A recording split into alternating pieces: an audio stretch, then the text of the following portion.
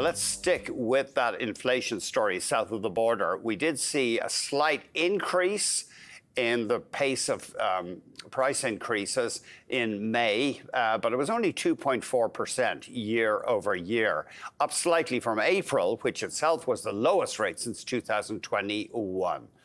Our guest, however, says it's too early to dismiss the idea that tariffs will push prices higher, especially because the latest data was collected only in late May.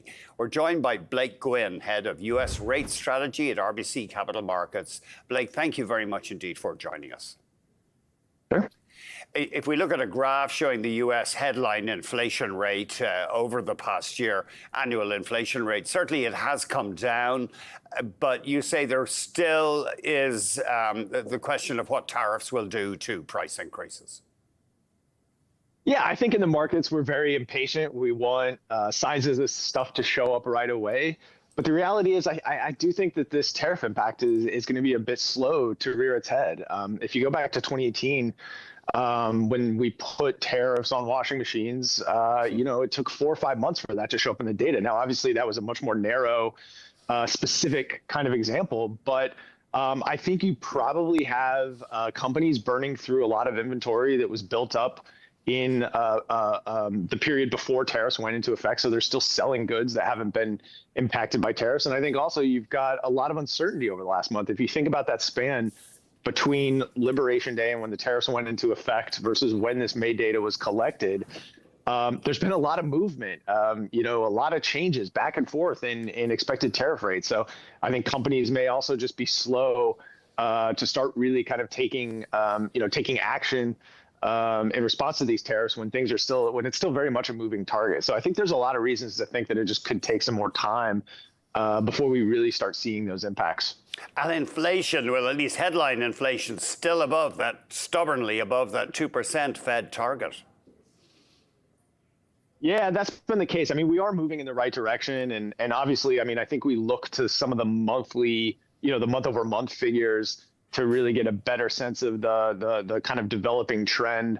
This was a low print. I mean, as much as I'm saying, it's going to take some time to see tariffs, that doesn't mean that this wasn't a surprisingly low print. I think if you looked at, the Bloomberg survey, the consensus, that they do for the consensus level, I'm not sure. I'd have to go back and look, but I don't think there was a single forecaster that had, that kind of 0.1.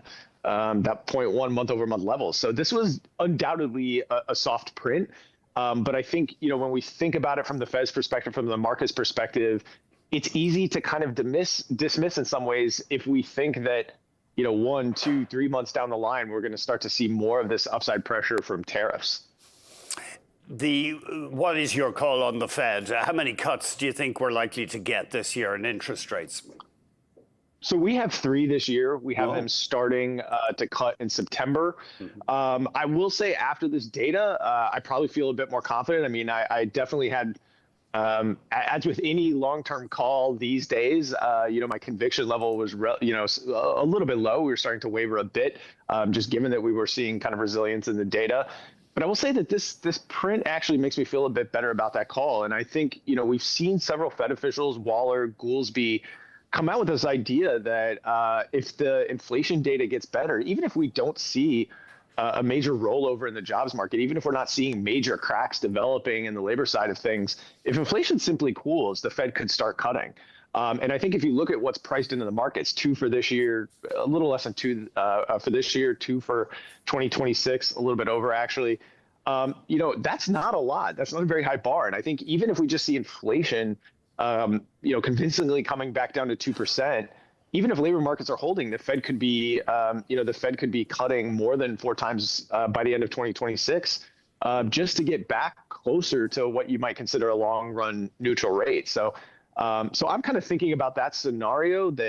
I think we're really thinking about more cracks developing on the labor side. But even if that doesn't happen, and you're just seeing inflation cool down or not really get impacted by tariffs as much as people expect, you could still see the Fed cutting.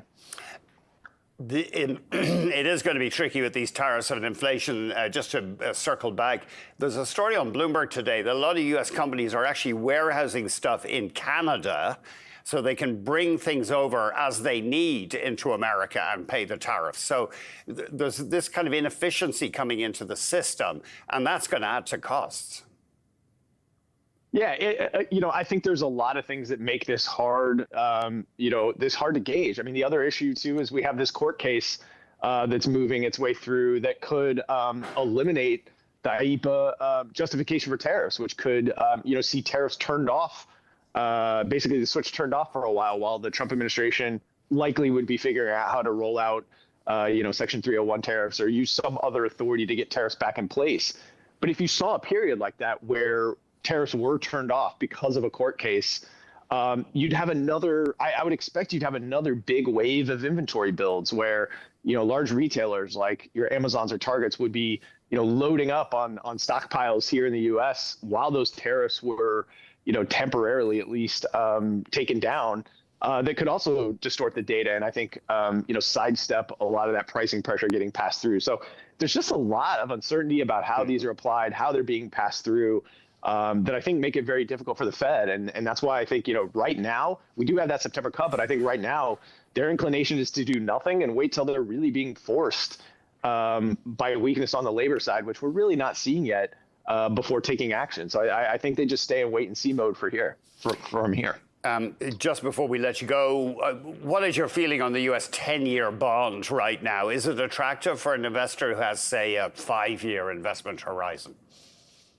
Yeah, and I would even go so far as to look further out the curve. I mean, I think if you look at kind of real yield levels for, say 30-year securities, if you're not really concerned about some near-term mark-to-market, 250 to 260 type of 30-year real yield, if you're a long buy and hold investor and really looking at that from an income perspective, that's an attractive level. And I think with 10s, anytime we've jumped up over that 450 level over the last month and a half, the next session, we've essentially rallied. So I think those flows are relatively constructive. I think at that kind of 450 type of level, we've seen buyers get involved, which says to me that people are, there is somebody out there that's constructive at yields around these levels. And I think for now, we're probably kind of near the top end of that range.